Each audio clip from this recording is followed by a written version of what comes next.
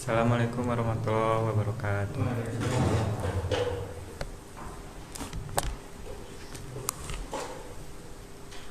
A'udzu billahi minasy syaithanir rajim.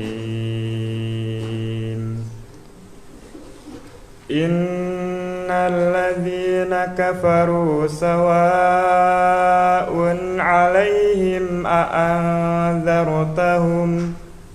أأنذرتهم أم لم تنذرهم لا يؤمنون ختم الله على قلوبهم وعلى سمعهم وعلى أبصارهم غشاوة ولهم عذاب عظيم. Shadaqallahul azim. Terima kasih. Assalamualaikum warahmatullahi wabarakatuh.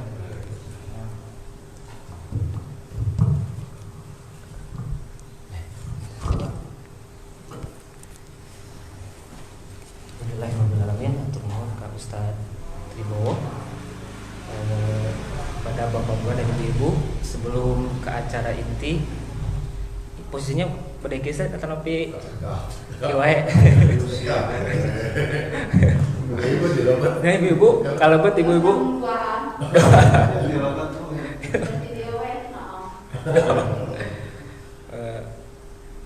tanpa panjang dan lebar, mangga kepada Al Ustadz dipersilakan waktu dan tempatnya. Kami persilakan.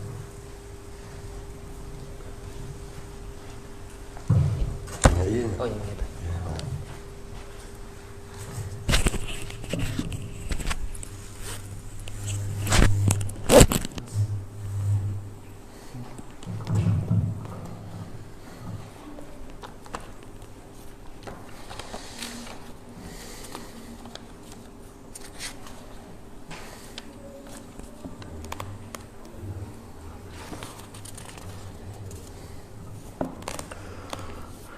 Innal hamdalillah nahmaduhu wa nasta'inuhu wa nastaghfiruh wa na'udzu billahi min shururi anfusina wa min sayyiati a'malina may yahdihillahu fala mudhillalah wa may yudlil fala hadiyalah.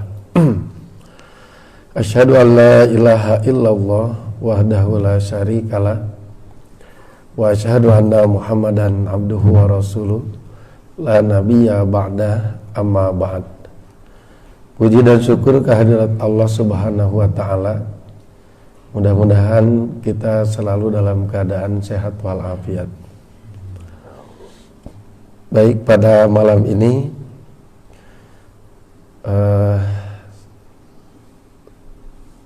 saya diamanahi untuk melanjutkan pembahasan yang cukup lama tertunda.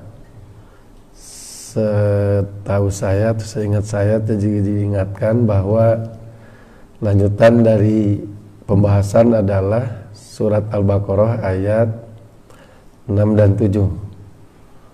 Setelah waktu itu terakhir, yaitu sampai ayat ke-5.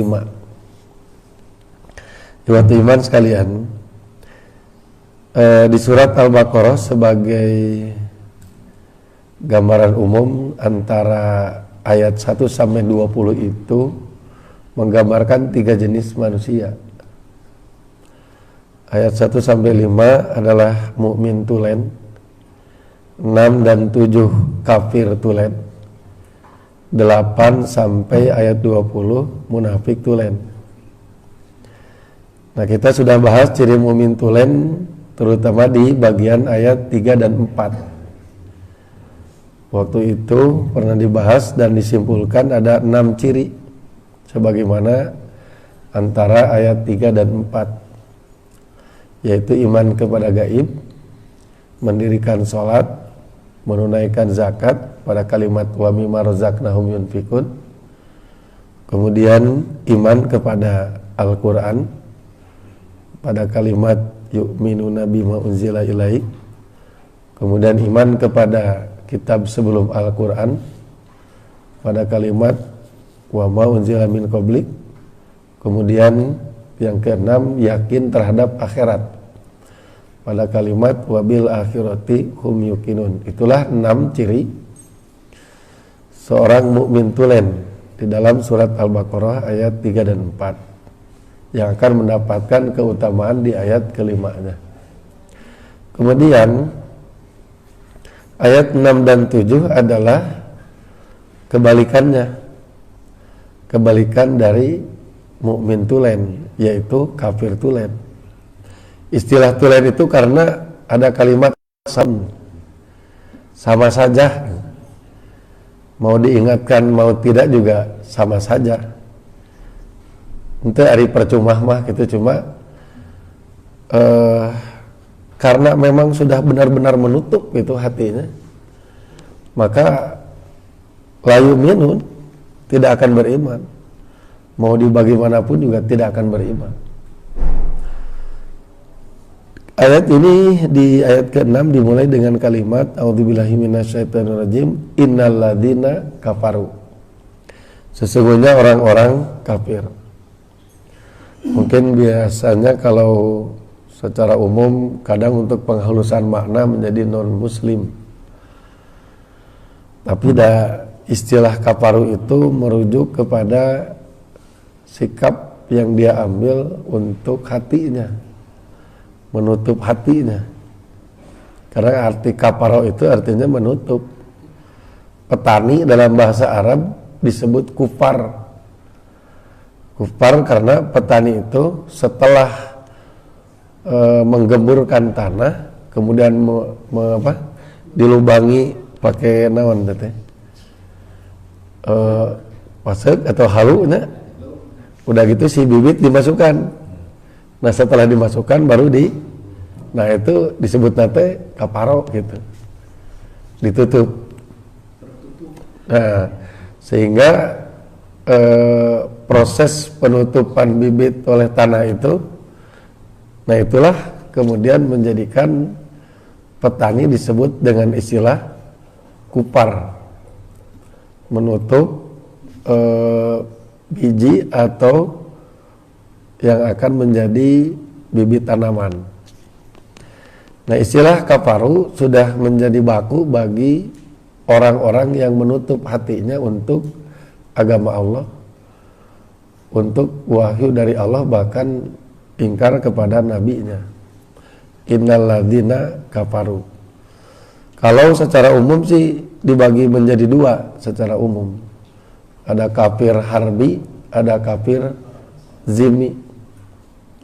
Kafir harbi itu adalah mereka yang secara terang-terangan menyatakan peperangan terhadap umat Islam, menghalangi dakwah Islam. Itu kafir harbi, seperti yang pernah dilakukan oleh orang-orang Quraisy terhadap Rasulullah, atau kalau di mulai abad sekitar 16 atau 17 seperti orang-orang Spanyol dulu ya, orang Spanyol, Portugis yang dengan sengaja bahkan menyebarkan ajaran agamanya dengan menebar ketakutan, dan bahkan ada misi yang disebut dengan genosida terhadap negeri-negeri muslim. Jadi genosida itu biasanya dalam bentuk mengurangi populasi penduduk. Kalau sekarang bahasanya depopulasi. Bagaimana agar populasi negara target atau daerah target berkurang, atau sekurang-kurangnya tidak bertambah. Tapi kalau dulu mainnya dibantai gitu. Makanya ada film sekarang itu kan tahun 2020 kalau nggak salah, film diangkat dari kisah nyata, yaitu tentang kejahatan Raymond Westerling.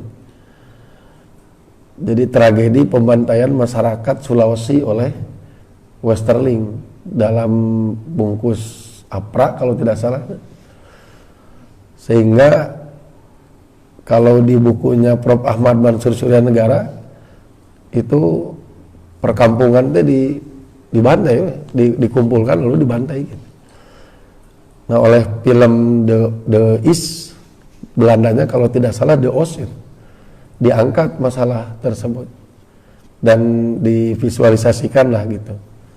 Begitulah cara-cara orang-orang dulu kafir harbi untuk menguasai negeri muslim sambil menimbulkan teror, menyebarkan agama mereka. Itu kategori kafir harbi. Makanya ini yang dihadapi oleh para pejuang dahulu.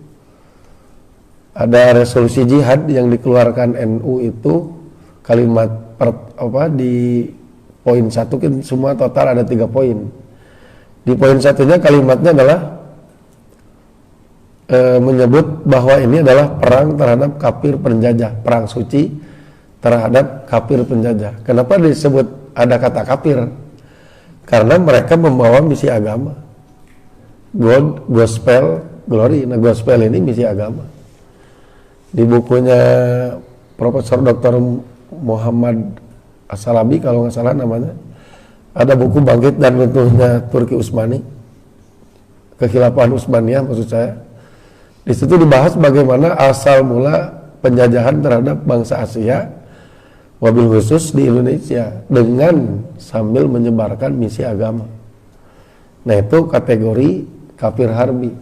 Jelas ini sangat tidak mungkin untuk didakwahi, karena justru mereka memiliki misi utama adalah untuk membuat umat Islam mengikuti agama mereka dan bahkan tunduk dan memberikan kekayaan negeri muslim kepada mereka. Nah, ini jenis kafir harbi. Yang kedua jenis kafir jimmi.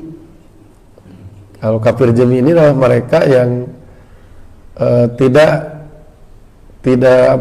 tidak secara terang-terangan memerangi umat Islam, menghalangi dakwah Islam.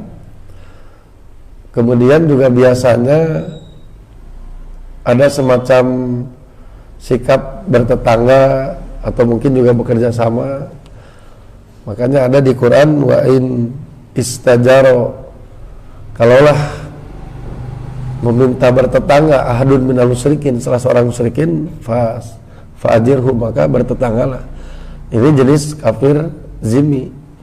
Seperti yang di kita sekarang itu mungkin kategorinya yang seperti itu. Kan kita nggak bisa menghindar dengan siapa kita bertetangga sekarang. Terutama mungkin biasanya yang di komplek itunya sareng saha ya tama, yang tidak seagama. Tapi ya hampir kita tidak mendengar ada sikap menghalangi dakwah Islam.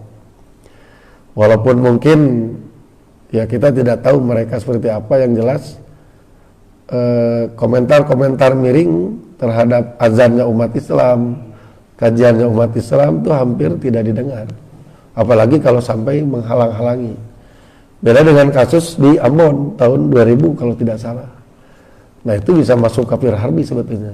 Tapi kalau di Bandung dan daerah mayoritas umat Islam, rata-rata masuknya adalah zimmi. Ya, kafir zimmi, zimmatun zimmi. Jadi dalam perlindungan atau biasanya perjanjian.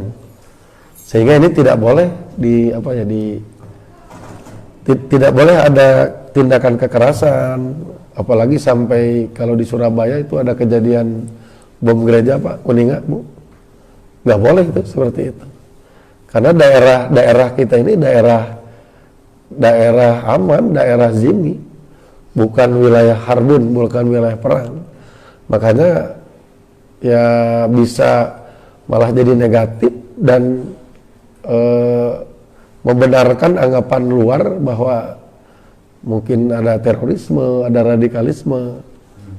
Yaitu kesalahan orang-orang yang tidak berilmu, tidak tahu ilmunya, tiba-tiba nggak tahu apa ada yang nyuruh, inisiatif sendiri atau bagian dari yang ingin menghancurkan nama baik Islam dari dalam, tapi kejadian ada bom bunuh diri di gereja di Surabaya kalau tidak salah yang terakhir ya.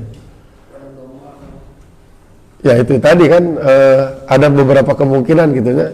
Cuma yang nyata diberitakan terjadi, masalahnya dia identitasnya gitu. Ya walaupun tidak tahunya tapi secara identitas dan disebarkan dalam berita hanya orang Islam. Kalaulah memang misalkan dia itu benar orang Islam kemudian melakukan tindakan itu, nah itu sangat keliru sekali. Dan ya itulah yang disebut dengan irhabun, teror. Maka lahir paham terorisme karena menimbulkan teror di tengah masyarakat sipil. Kalau seandainya waktu itu di zamannya perang Surabaya yang melahirkan Hari Pahlawan, itu pun bukan teror walaupun ada jelas perang, ada pembunuhan gitu, ada penghancuran, tapi tidak disebut teror, malah justru hari pada perang itu orang-orang yang gugur disebut pahlawan gitu, karena memang tempatnya. Lalu kenapa kejadian lagi di Surabaya katakanlah, tapi di gereja tidak disebut pahlawan? Ya enggak, karena memang wilayah sipil. Dan tadi jenisnya kafir zimmi, tidak boleh mereka diganggu. Seperti mereka tidak mengganggu kita, kita juga jangan mengganggu mereka. Prinsip dasar dengan kafir zimmi ini, lakum dinukum waliyadin. Terus masing-masing gue. Kalian atau mereka dengan agamanya, kita ya dengan agama kita. Tidak mesti harus saling mengganggu. Nah makanya penting ada klasifikasi atau pembagian, biar jangan asal main bertindak itu terhadap orang yang tidak seagama dengan kita. Terlebih di wilayah aman, ya sudah kita fokus pada dakwah, pembinaan jamaah, membentengi akidah jamaah, itu saja dulu gitu. Tadi saya ada kedatangan tamu, ada anak muda yang kelas 3 SMA. Jadi dari sejak kecil sampai kelas 2 SMA teh, kata ibunya soleh, baik, rajin sholat, rajin ibadah. Tapi dengan daring, kelas 3 awal tahun ini, dengan daring, dia jadi penasaran membuka YouTube, tapi isinya ceramah agama lain. Lalu saya tanya, pernah nggak ikut ibadahnya? Ikut pernah sana, tapi secara online gitu. Lalu digali kan pemikirannya, ternyata sudah terlalu jauh. Jadi di dunia maya dia semacam berselancar mencari informasi yang seperti itu sampai ke pemuka agamanya, dan akhirnya nggak mau lagi sholat, Pak. Sejak kapan itu nggak boleh sholat? Awal Januari 2021 sampai tadi ketemu dengan saya nggak mau lagi sholat. Jadi boro-boro orang mentargetkan di luar agama kita. Ternyata kita ini menteamah kejeblosan atau asup angin, kita ini kemasukan angin. Katakanlah benteng pertahanan kita ini jebol kudaring gitu. Jadi agak bahaya juga ini kalau misalkan kasus seperti ini terjadi juga kepada yang lain. Non teh. Ku eta ku jalan eta jalan YouTube medsos itu. Oh iya, kan ada misinya ya. Memang ini kan sudah disyaratkan sebetulnya pada Al-Baqarah 120 yang walantardo ya gitunya. Cuma kan kita ini gitu, kadang-kadang berpikir terlalu jauh, memikirkan orang-orang kafir, bagaimana dakwah kepada mereka, tapi membentengi orang-orang di sekitar kita ini belum begitu bagus gitu. Ibaratnya kalau kita mau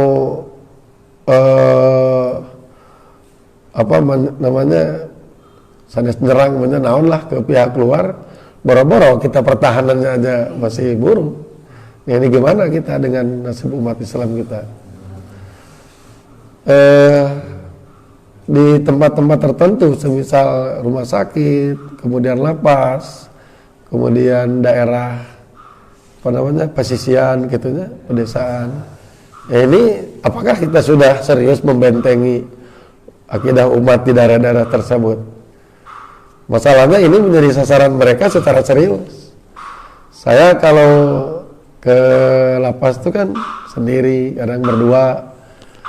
Terus mohon maaf nih, hampir tidak ada yang pernah menanyakan gitu, kumaha minumna bensina nanaona masalah we di internal orang gitu ta. Bahkan ada juga kepedulian cuma dicabut lagi. Ya, jadi ada kepedulian tiap berangkat 25.000 emang ngobrol buku aja ya. Maksudnya saya ingin membicarakan betapa mirisnya perhatian kita gitu. Itu pun dicabut kembali gitu. Dicabut kembali, dicoret kembali. Tapi kan kita sudah merasa dekat dan gak bisa begitu saja lepas, dan memang sangat disayangkan kalau tidak dilanjutkan dakwah itu. Kita lanjutkan dakwah, walaupun harus dengan Zoom, kita teruskan, dan alhamdulillah berjalan terus. Lain dengan pihak lain, pihak luar. Mereka itu kalau datang, di antaranya itu Pak, kalau nggak salah mobil Alphard, pernah lihat nggak?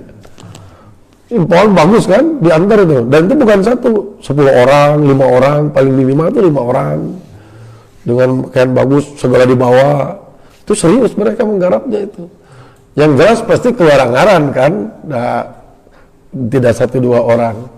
Kalau misalkan hujan, saya masih ingat, nggak ada yang nanya ke saya, Ustaz kehujanan atau gimana atau kemana, katanya orang cicingin Yohan. Tapi di pihak lain udah dijemput gitu, mobil Alphard atau Modas. Padahal mah jamaahnya paling berapa ya, nggak lebih dari antara 50-70. Sementara umat Islamnya itu bisa sampai 500 Pak.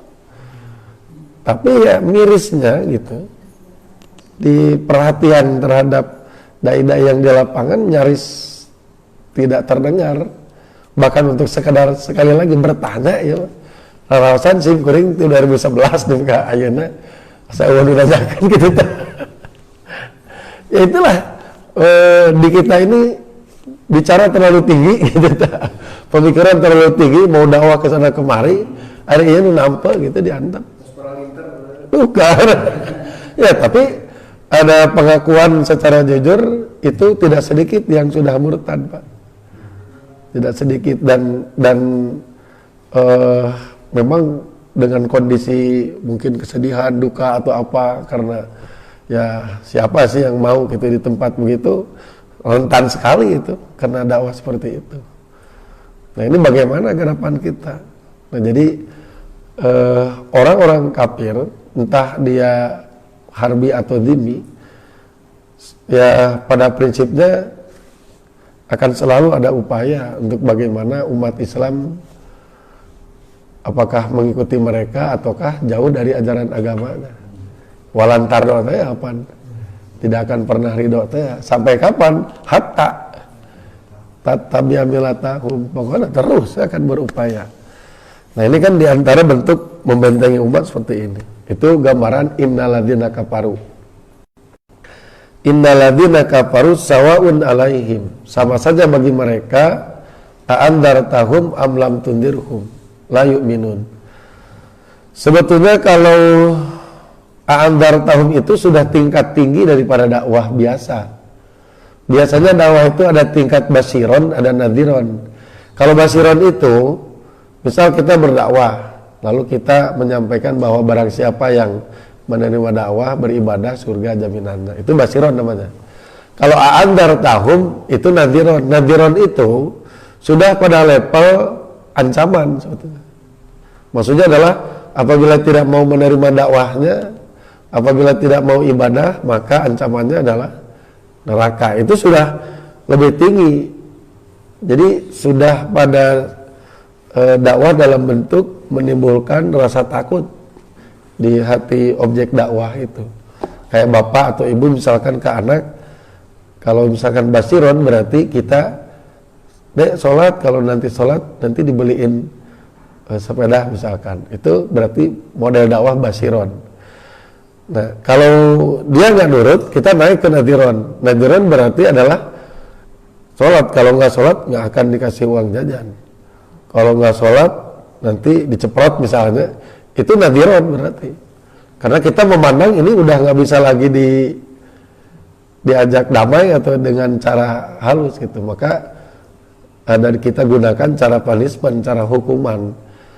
Nah yang ini, yang kafir innalladzina kafaru ini, mau nadhiron, diberi dakwah dengan bentuk ya bukan ancaman siapanya, diberitahukan bahwa kalau menolak akan begini begitu gitu, nah tetap aja nggak ada pengaruh. Itulah kenapa disebut tulen gitu, kafir hakon, kafir tulen, layu minum, tetap tidak akan beriman. Nah, terus bagaimana tugas dakwah, apakah dilaksanakan atau tidak pada kelompok manusia seperti ini? Tugas dakwah tetap dilaksanakan, tapi jangan terlalu banyak berharap. Makanya Allah mewanti-wanti kepada Nabi, innama alaikal balagu.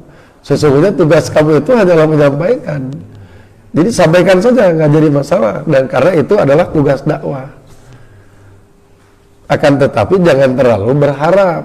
Kenapa? Karena sawaun tadi. Artinya tugas dakwah laksanakan. Tugas dakwah laksanakan karena itu adalah tugasnya Nabi. Kalau sekarang berarti para ulama. Tapi di balik itu kita jangan terlalu berharap mereka akan mengikuti dakwah kita. Yang terpenting kita menggugurkan kewajiban berdakwah, itu aja. Tapi ya benar, tapi caranya benar, metodenya benar gitu. Bukan berarti kemudian dakwah asal-asalan itu oke. Artinya kita tetap memilih materi yang cocok untuk objek dakwah kita yang tidak seagama. Kalau misalkan mau seperti itu. Kemudian tata bahasa, gaya bahasa, dan segalanya kita atur dengan baik. Tapi dalam hati harus tertanam, ini untuk menggugurkan kewajiban.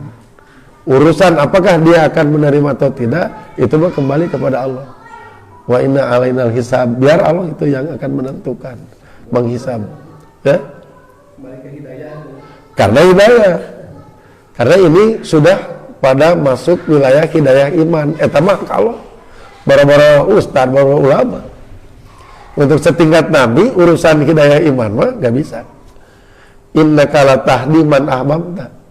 Sesungguhnya kamu tidak bisa memberi hidayah walaupun kepada orang yang kamu cintai. Ya, tapi tetap ulama laksanakannya tugas orang gitu. Nah, biar nanti Allah akan memberi hidayah atau tidak.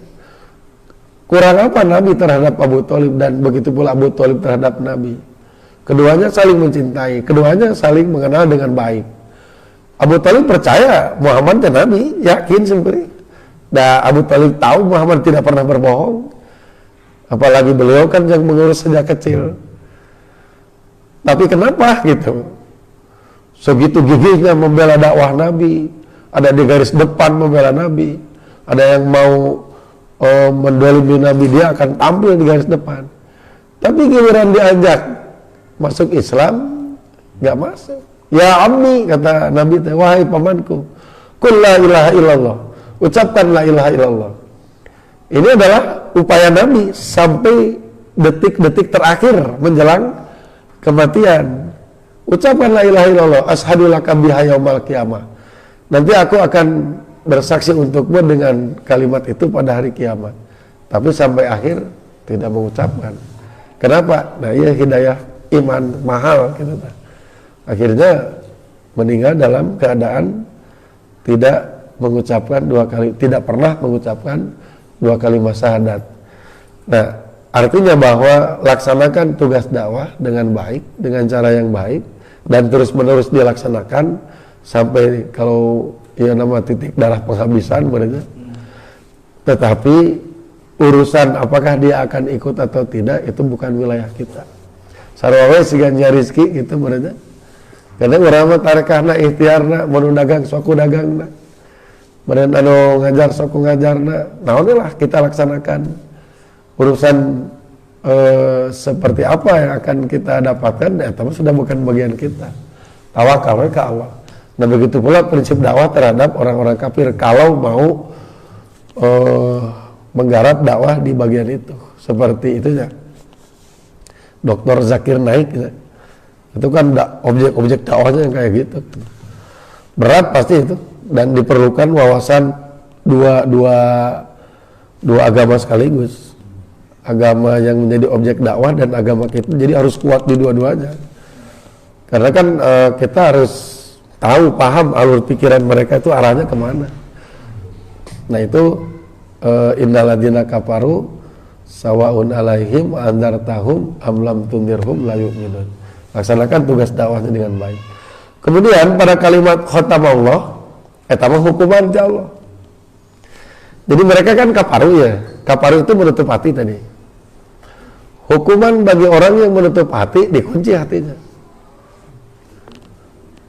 Jadi balasan atas satu keburukan adalah dengan keburukan yang sama. Wa jazaa'u sayyi'atin sayyi'atun misluha. Balasan satu keburukan yang sama. Ketika mereka menutup hatinya, dikunci ku Allah. Sarwa ditutup kan dirapat gitu ta. Kemudian fi qulubihim maradun. Nah, ini untuk munafik. Dalam hati mereka ada penyakit. Fazadahumullahu maradun, ditambahan penyakitnya. Kemudian orang munafik mengatakan dalam pengakuan mereka beriman kepada orang beriman, mereka sesamana inna ma'akum innama nahnu mustahzi'un, kami hanya memperolok-olok. Dibalas ke Allah, Allahu yastahzi'u bihim, balasannya sama. Kita seringkali menyebut ini adalah hukum karma, padahal bukan hukum Allah gitu, bahwa balasan satu keburukan adalah keburukan yang sama. Nah, khotamah ini balasan atas kaparu. Di ayat ke-6 kan innalladzina kafaru. Nah, balasan atas sikap kaparunya mereka itu adalah khotamah. Khotamallahu ala qulubihim. Sebetulnya kan ini majaz gitu, karena yang namanya hati tidak punya pintu. Japan ini dikunci mah kuduna gede pantau. Di pantau mesin ada pintu, dikunci pintunya. Hari hati rek mana ada dikunci so. Makanya disebut majaz. Yang dimaksud dengan khotamah di situ adalah Allah tidak akan memberinya hidayah sama sekali ya tamatus. Dan mau diberi juga nutup, dikunci. Ada orang yang mengingatkan juga percuma. Karena ya hak untuk memberi hidayah ada pada kudrah dan iradahnya Allah. Maka mereka tidak akan pernah beriman selamanya karena sikap kaparu. Eta mah keadilan Allah. Jadi ada sifat Rahman Rahimnya Allah, ada sifat keadilan Allah. Keadilan itu berarti adalah memberikan balasan sebanding atau sama dengan keburukan yang dilakukan. Orang membunuh dihukum mati. Wal ainu bil aini, orang kejahatan mata dihukum dari matana. Wal udhunu bil udhuni, kejahatan telinga dibalas deui. Nah, itu adalah keadilan Allah. Wa may ya'mal mithqala dzarratin khairan yarah. Kebaikan sekecil apapun dibalas dengan kebaikan itu, tapi berlipat ganda kalau kebaikan. Nah, jadi khotamah ini adalah keadilan Allah sebagai bentuk balasan dan hukuman bagi sikap kaparu. Yang dikunci hatinya berarti maksudnya ditutup, tidak bisa tidak diberi hidayah. Kalaupun ada orang mengingatkan percuma. Tapi tetap tugas dakwah laksanakan. Hatinya dikunci. Khotamallahu ala qulubihim wa ala sam'ihim. Jadi kalaupun punya telinga juga ya kayak misalkan di ayat yang lain, walahum qulubun la yafqahuna biha, punya hati juga tidak akan memahami ayat-ayat Allah. Walahum udhunun la yasma'una biha, punya telinga juga tidak akan mau mendengar ayat-ayat Allah. Nah, khotamah eta hukumanna. Bahkan kalau di penjelasannya di Ibnu Katsir ada bentuk khotamah dalam pengertiannya itu istidraj. Jadi diberi apa yang diinginkan sehingga semakin lupa, semakin jauh dan jauh terus. Jadi mual tidak akan mau mendengar dakwah Islam. Kemudian khatamallahu ala qulubihim wa ala sam'ihim wa ala absarihim gisawa. Nah, ini adalah beda bahasa saja. Jadi kalau untuk mata gisawa, kalau untuk hati dan telinga khotamah, tapi maknanya sama, ditutup. Bukan tidak bisa melihat, tapi tidak mau tahu, tidak mau melihat ayat-ayat Allah, tidak mau melihat kemujizatan, pokoknya udah menolak sama sekali. Seakan fungsi yang ada dalam dirinya, baik fungsi hati, fungsi telinga, fungsi mata, seakan tidak berfungsi layaknya orang yang cacat. Walaupun sebetulnya dia bisa lihat, bisa dia dengar, dia juga punya hati, tapi udah percuma, tidak berarti apa-apa yang dia milikinya itu. Karena apa? Kaparu hatinya itu. Khatamallahu ala qulubihim wa ala sam'ihim wa ala absarihim gisawah. Eta di dunia. Jadi siksaan di dunia eta. Dan bahkan siksaan paling keras di dunia itu dari Allah adalah ketika orang sama sekali dibiarkan dalam kesesatan dan kekafiran, tidak diberi ingat, dan bahkan semakin keras tidak mau menerima dakwah Islam. Itu sebetulnya hukuman. Maka beruntung bagi siapapun yang melakukan kesalahan lalu dia istighfar, tobat. Beruntung sebetulnya bagi siapapun yang melakukan kezaliman atau apapun bentuknya, tapi kemudian dia mau kembali ke jalan yang benar. Karena tidak sedikit orang yang sudah tidak bisa lagi kembali. Karena khotamatnya itu di dunia. Di akhirat walahum adzabun azimun, harusnya azimun. Itu di akhirat azab yang amat besar sudah disiapkan. Jadi di dunia ditutup rapat-rapat, mau didakwahi juga percuma. Tapi kita tetap melaksanakan tugas dakwah itu kurang-kurangnya minimal sebagai bentuk menggugurkan kewajiban. Di akhirat sudah disiapkan adzabun azimun. Itulah hukuman bagi orang-orang kafir dunia akhirat yang total menolak ayat-ayat Allah sama sekali. Termasuk umat Islam teh masuk ke Ada eta mah Islam KTP. Jadi gini, orang itu terbawa Islam, orang itu Islam itu apakah karena terbawa oleh orang tuanya, kita menyebut Islam keturunan, tapi dia Islam. Ataukah mungkin dia masuk Islam atas kesadaran setelah sebelumnya bukan? Itu kan. Nah kemudian, dan ada jenis orang-orang yang ya tadi itu ya, yang Islam KTP, dia pernah gitu mengucapkan 2 kalimat syahadat, dia yakin juga mungkin tidak musyrik, tapi malas aja. Nah ini yang nanti di akhirat disebut jahanamiyun, mantan jahanam. Jadi dibola-bola sampai semua orang sudah masuk surga dan dia paling terakhir. Yakhrujuna minan nar, akan keluar dari neraka. Man qala la ilaha illallah. Dia pernah mengucapkan kalimat la ilaha illallah tapi tidak beramal. Tapi juga tidak musyrik gitu. Wa fi qalbihi waddu dzarratin min imanin. Di hadis yang lain min khairin. Dalam hatinya anak cuma sebesar biji darah kebaikan atau keimanan. Islamnya tapi KTP. Saking ipis imana ya nepika disebutnya di hadis lain itu beramal. Tapi dia pernah mengucapkan la ilaha illallah dan tidak musyrik. Kuncinya itu aja. Tapi tetap dia diakui sebagai mukmin gitu kan, mukmin yang wayahna gitu, akan menjadi mukmin yang jahannamiyin, mantan jahanam. Naudzubillahi min dzalik. Nah, kalau kita, untuk apa kita hadir di tempat ini? Nah, kehadiran kita di tempat ini kan kita ingin memaksimalkan ikhtiar agar kita masuk di gelombang 1. Jadi manusia, umat Islam itu dibagi 3 gelombang gitu Pak. Gelombang 1, kloter 1 sampai kloter 7 gitu Pak. Yang gelombang 1 mah langsung gitu ke surga. Dan pada kloter 1 mah ke surga kecepatan kedipan mata. Kloter 2 kecepatan cahaya, kloter 3 kecepatan burung terbang. Burung terbang. Kloter 4 kecepatan kuda berlari. Kloter 5 kecepatan manusia berlari.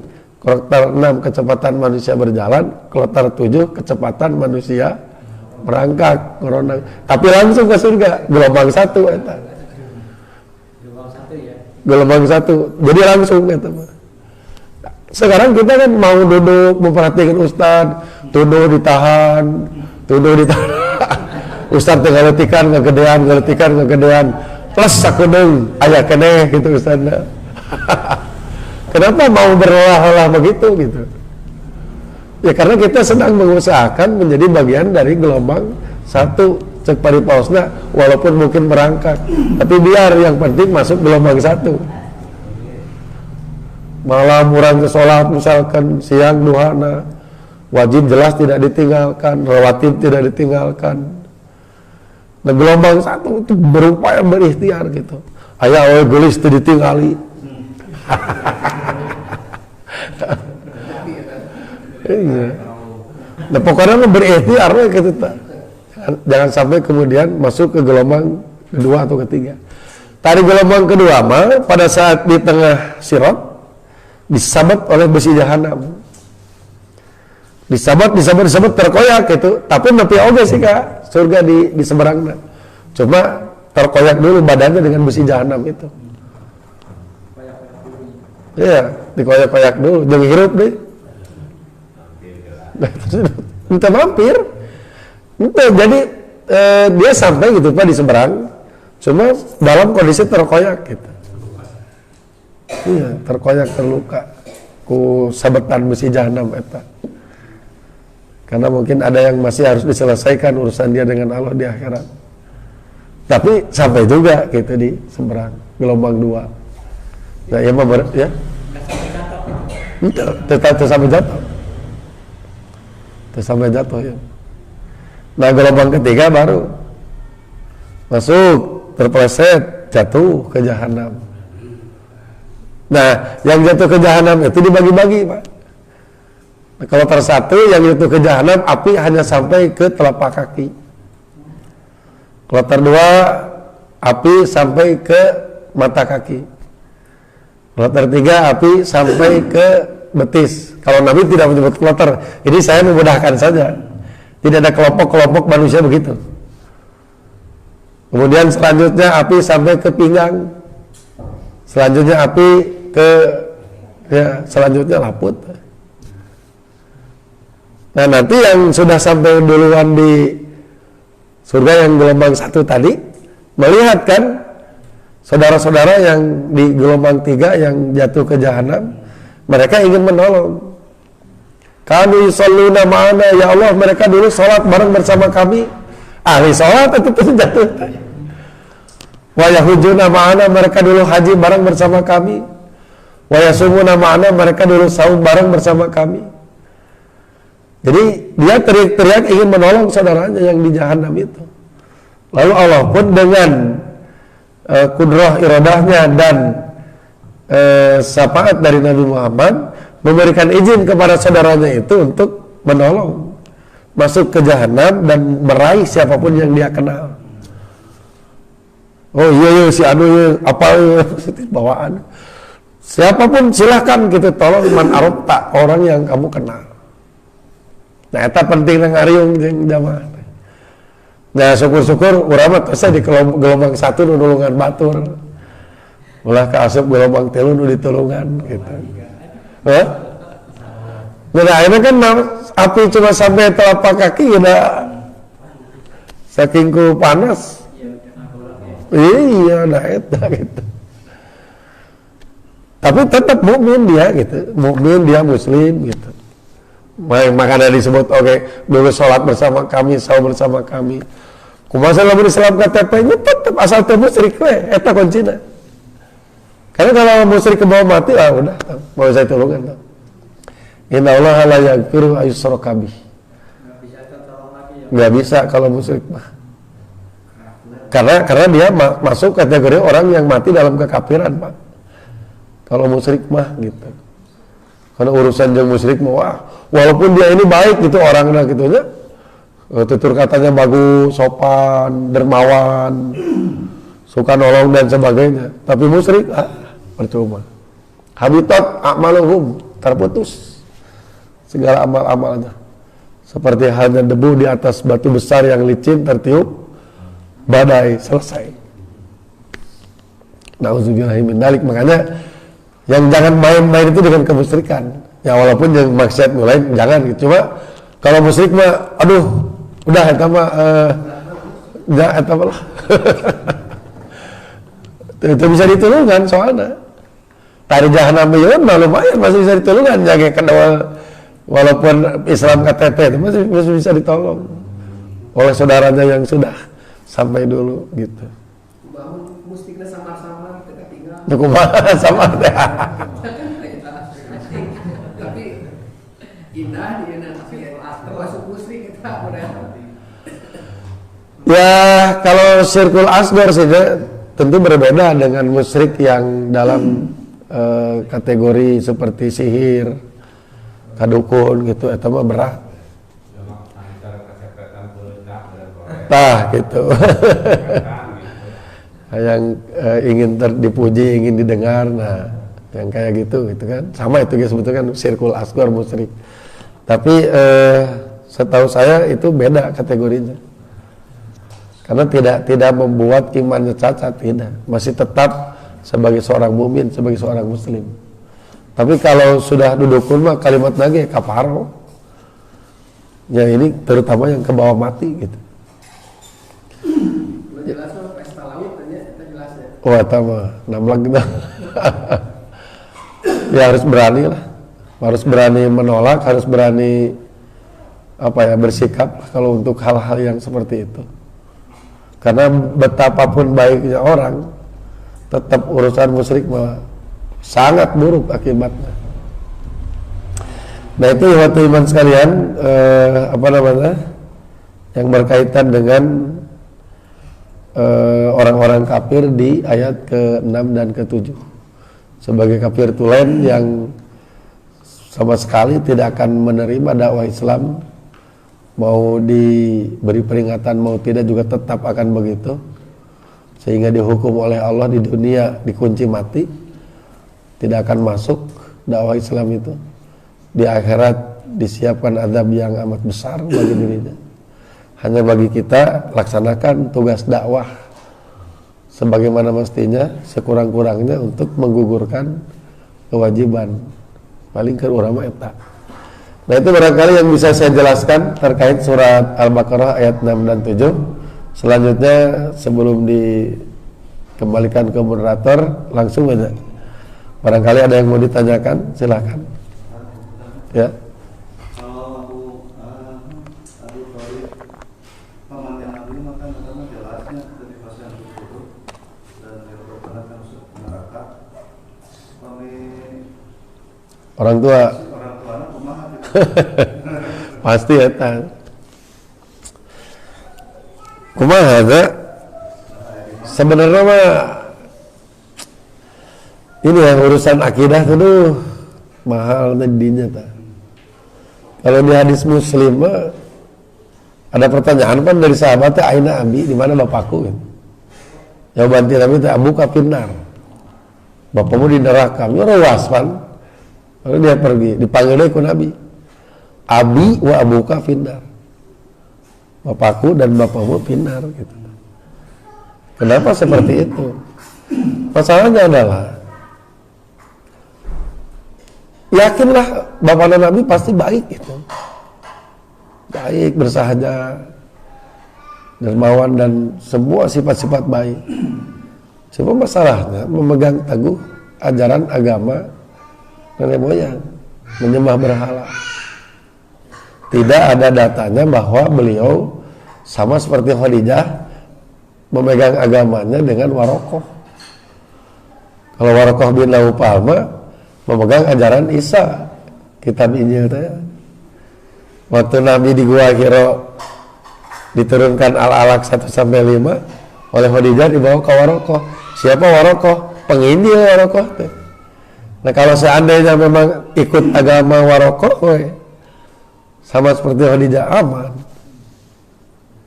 Sebetulnya mau ego aja, kan terus terang, terus percaya Rasul, tapi masih kena nolak egonya ini berarti. Ya bukannya kalau misalkan taruh seperti Hirokla Kaisar Romawi, dia jujur gitu bahwa ke Abu Sufyan bahwa jawaban kamu itu tadi yang saya tanyakan, kalau benar berarti dia yang akan menggeser di singgasana saya. Artinya dia kan punya informasi bahwa memang tentang Nabi terakhir itu sifat-sifatnya seperti itu. Dan dia juga menulis surat kepada dua kawannya yang kardinal pun ayat nama tentang kemunculan nama Muhammad dengan ciri begini mengaku Nabi, gimana pendapat kalian? Jawaban kedua temannya ini mengatakan ya tak Nabi itu ditunggu teh. Artinya secara jujur keilmuan gitu diakui Muhammad sebagai Nabi. Lalu kenapa tidak mau mengikuti? Masalahnya ya pengaruh kekuasaan, jabatan gitu. Jadi lebih ke takut kehilangan pangarih tak eta. Ya kalau Ari Abu Thalib memberi pengaruh karena beliau sebagai orang terpandang biasa gitu kan, banyak pertimbangan itu dan ini. Ya tapi udah gimana, dari urusan akidah mesti neko-neko itu. Nah jadi kita yakin baik orang tua Nabi, ibu bapak pasti ya baik, pasti perilakunya baik.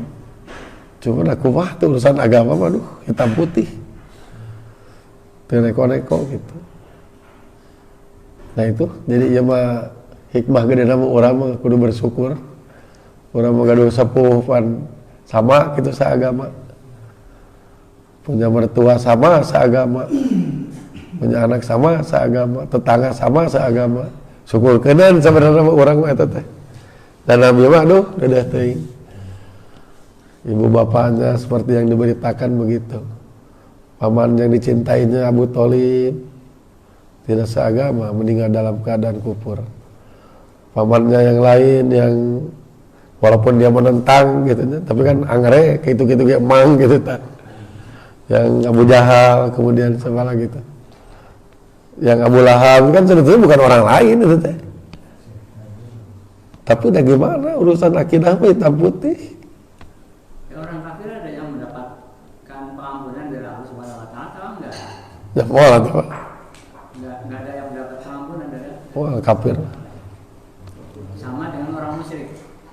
Karena kan musyrik itu kan jadi gini, di surat Al-Baqarah kan innalladzina lam yakunil ladzina kafaru min ahlil kitabi. Nah, jadi kafir itu dibagi dua gitu. Ahli kitab berarti Yahudi Nasrani, ahli musyrikin yang musyrik teh.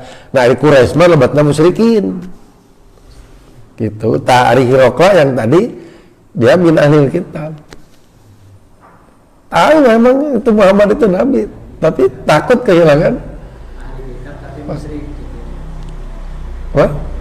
Ahli kitab tapi musyrik. Beda. Ahli kitab, musyrik beda. Makanya nanti ada perlakuan yang berbeda juga Pak. Jadi kayak misalkan ada laki-laki Muslim misalkan ingin menikahi perempuan Nasrani itu bisa untuk kategori ahli kitab atau Yahudi. Tapi kalau ternyata dia itu beragama Hindu atau Buddha itu haram. Sama kafir tapi ada sedikit perlakuan yang berbeda. Makanya dibedakan. Sembelihan, kalau sembelihan ahli kitab Yahudi Nasrani itu halal, boleh dimakan. Kalau sembelihan musyrikin nggak boleh. Sama kafir tapi ada perbedaan, makanya dibedakan gitu. Ini hukumnya perbedaan. Karena dari prinsip dasar toleransi dalam beragama yaitu lakum dinukum waliyadin, mereka dengan agamanya, kita dengan agama kita itu sama. Umpamane hanana we. Penting mah orang bener gitu. Paling gitu Pak. Gimana? Ada seseorang dengan mungkin itu dikatakan anak orang yang soleh gitu ya.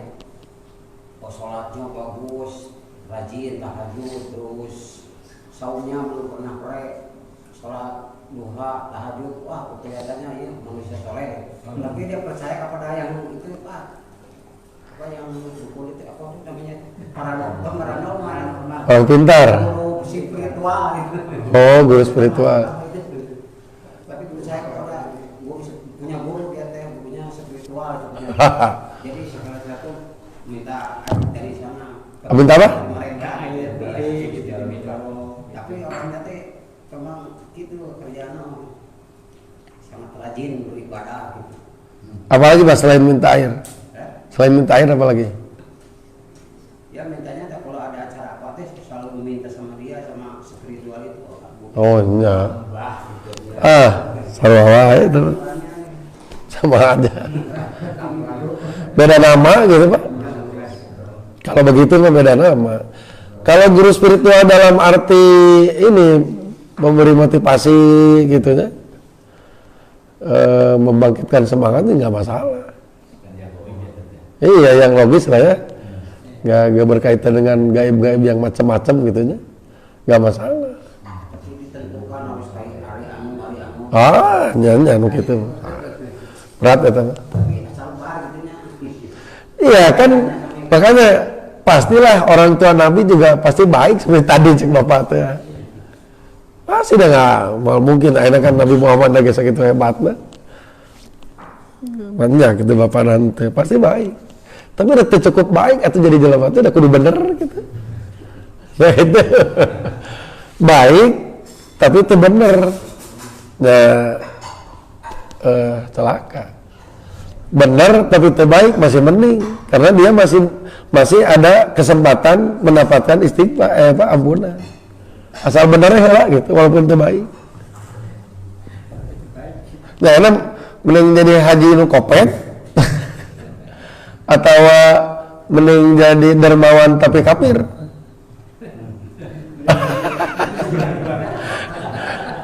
Mending haji nu koret, haji tapi pelit gitu tak.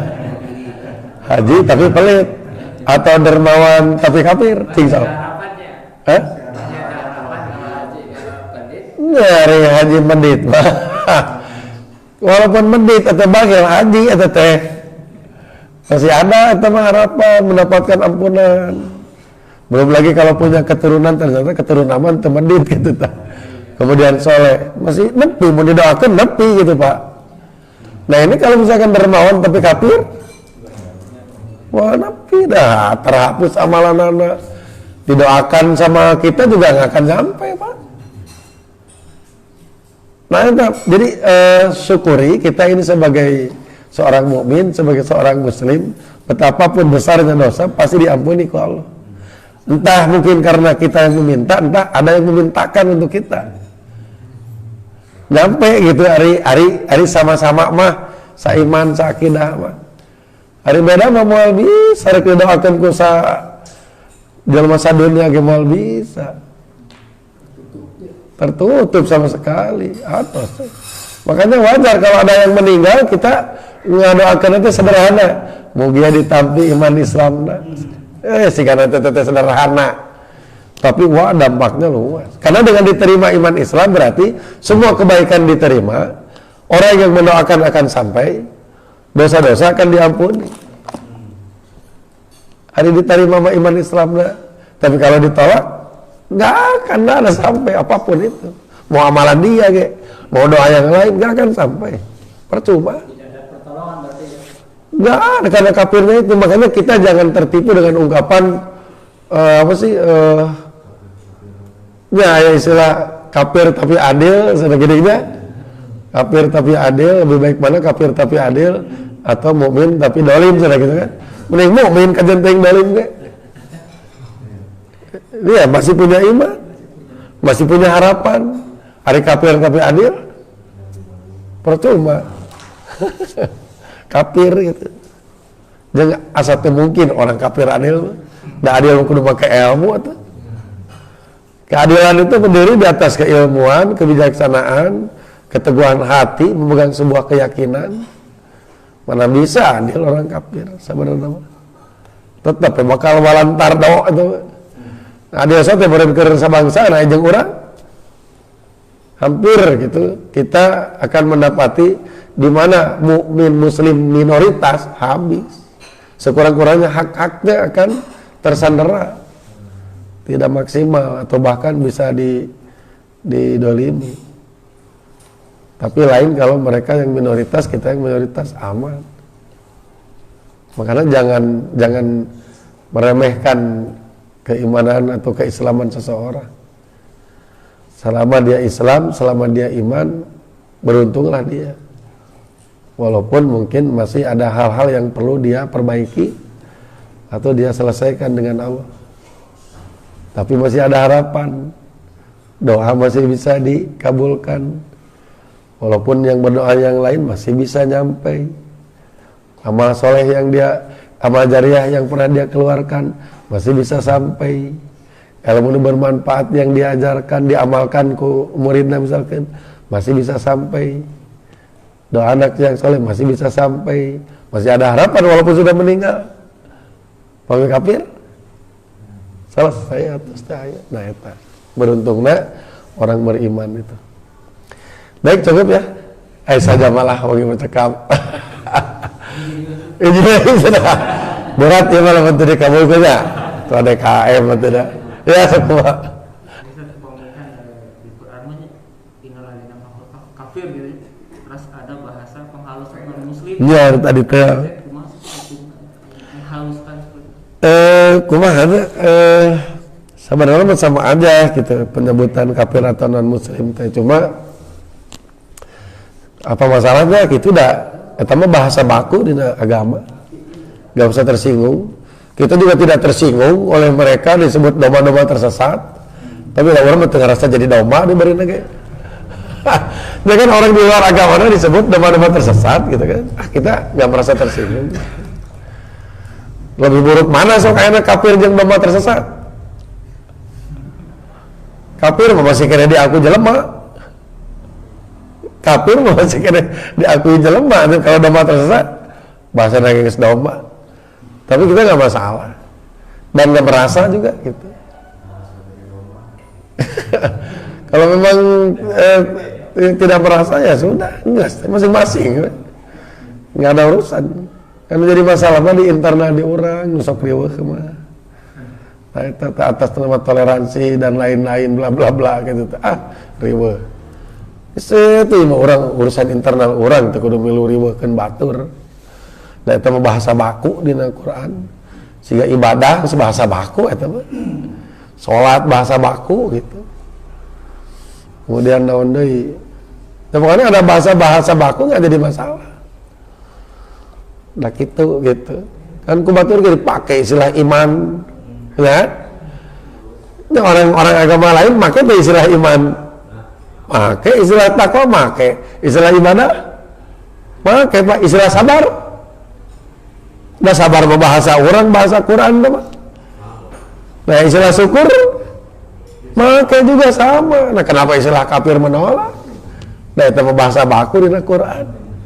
Tak gitu. Baik itu, barangkali yang bisa disampaikan. Wah, jadi banget kata.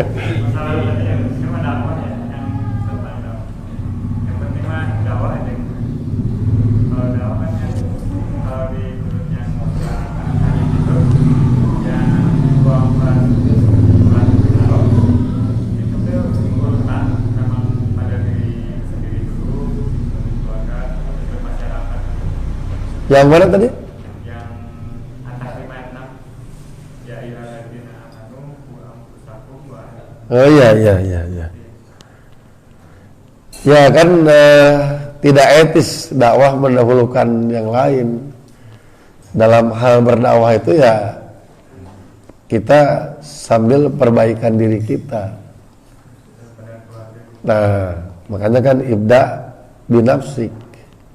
Mulai dari diri sendiri, wabiman ta'ul, dan dengan orang yang menjadi tanggung jawab, yaitu wa ahlikum tadi. Itu yang terpenting dulu memang, karena itu langsung menjadi tanggung jawab dan itu akan dihisab gitu. Nah baru selepas dari itu kita kewajiban dakwah secara umum, tidak ditujukan kepada orang mana, dan penting orang bagian dari apa namanya yang berdakwah aja kepada umum, tapi semampu kita. Kalau tips kepada keluarga, kalau ke masyarakat kan mungkin pasti ada forum gitu. Kalau keluarga mungkin disuruh kumpul kayak gini, ini yang mau nyampein gitu. Terus dikata tuh, Atas. atas di kamar dan kebayang tuh. Nah, kalau Oh gitu ya. Gimana dah eta mah termasuk tanggung jawab orang. Jadi ahlun itu istri. Nanti kalau punya anak, nah itu ahlun. Wa ahlikum teh kadinya. Itu yang langsung jadi tanggung jawab dan akan menjadi beban hisaban. Di luar itu mah teu jadi beban hisaban, tapi orang wajib berdakwah. Cuma teu jadi beban hisaban. Warrajulu ra'in, seorang suami itu pemimpin ala ahli baitihi, untuk rumah tangga dia gitu, untuk mencakup istri anak itu ala ahli baitihi teh. Wa huwa mas'ulun an ra'iyatihi. Nah dia akan dimintai pertanggungjawaban atas kepemimpinan dia di rumah tangga itu. Eta mah jadi beban hisaban. Nah selebih dari itu seperti tadi adik kakak mante. Tapi wajar kalau saling mengingatkan, masuknya karena watawasau bil haq. Nah gitu. Ya kita paham bagian mana bagian aqimus shalat, tapi santai gitu, maksudnya untuk terlalu serius kamu jangan dulu bari ngopi gitu. Bari ngawe salat itu salat tuh sarua gitu oke dah. Jadi terkesan seperti kieu formal gitu ngaranna ge jeung keluarga. Tapi ada orang muslim gitu ya yang sholatnya gitu ya, terutama sholat subuh tuh. Iya. Sholat subuh. Iya, itu sok eta malancek wane itu ngaudangkeun ka adi. Udah jam 7. Ya suka Ya, akan ditinggalkan. kalau kita tahu apalagi itu adik kita atau kayak kita wajar ya orang ketrok sebuah gitu. Nah paling sebatas itu. Nah, eta mah kan punya ini masing-masing. Iya.